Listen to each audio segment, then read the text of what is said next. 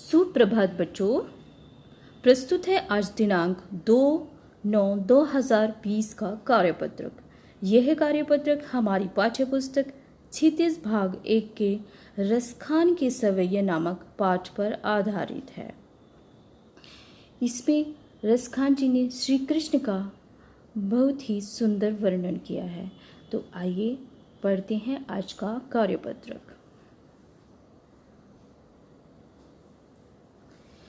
कवि रसखान जी ने अंतिम सवैये में श्री कृष्ण की मनोहर मुरली की धुन और उनकी आकर्षक मुस्कुराहट का वर्णन किया है तथा कवि गोपियों की विवशता का वर्णन करते हुए कहते हैं कि गोपियां चाहकर भी श्री कृष्ण को प्रेम के बिना नहीं रह सकती। काननी दे अंगुरी रहिबो जब ही मुरली धुनी मंद बजे ही, मोहनी तानन सोरस खानी आटा चढ़ी गोधन गेही ते गेहे, तेरी कहो सिगरे ब्रज लोगनी कान्हे, कोहू कितनो समझेही मारी वो मुख की मुस्कानी, समरिन जेहे ने जेहे ने जेहे। तो यहाँ कुछ शब्दार्थ दिए हैं। काननी अर्थात कानों में, दे देकर, अंगुरी उंगली, रहिबो रहूंगी, धुनी धुन, बजे ही बजाएंगे, मोहनी मोहने वाली या मोहित करने वाली, तानन तानों धुनों से, इसका तात्पर्य है गोधन ब्रज में गाए जाने वाला एक लोकगीत है। गेहे गाएंगे, तेरी पुकार कर बुलाना, सिगरे सारे, काली कल, समुझेई अर्थात समझाएंगे, मायरे हे माँ, यह माँ के लिए संबोधन है, वाह वह या उसके, संहारी यानी संभालना, नजेही नहीं जाएगी। तो प्रस्तुत पद्यांश का अर्थ है कि श्री कृष्ण की मुरली तथा उनकी मुस्कान का गोपियों अपनी सखी से कहती है कि जब श्री कृष्ण मंद मंद मधुर स्वर में मुरली बजाएंगे तो मैं अपने कानों में उंगली डाल लूंगी ताकि मुरली की मधुर तान मुझे अपनी ओर आकर्षित न कर सके। श्री कृष्ण ऊंची अटारी पर चढ़कर मुरली की मधुर तान छेड़ते हुए गोधन अर्थात ब्रज में गाया जाने वाला लोकगीत गाने लगे तो गाते रहे, परंतु मुझ पर उसका कोई असर नहीं होगा।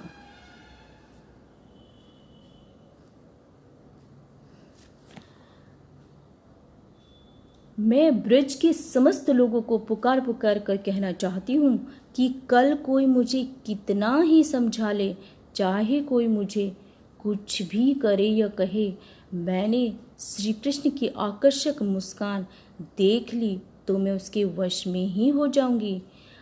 अर्थात श्री कृष्ण की मुस्कान इतनी मोहक, आकर्षक और मादक है कि जो भी उसे देख लेता है वह श्री कृष्ण के वश में हो जाता है, वह श्री कृष्ण की ओर खिंचा चला आता है।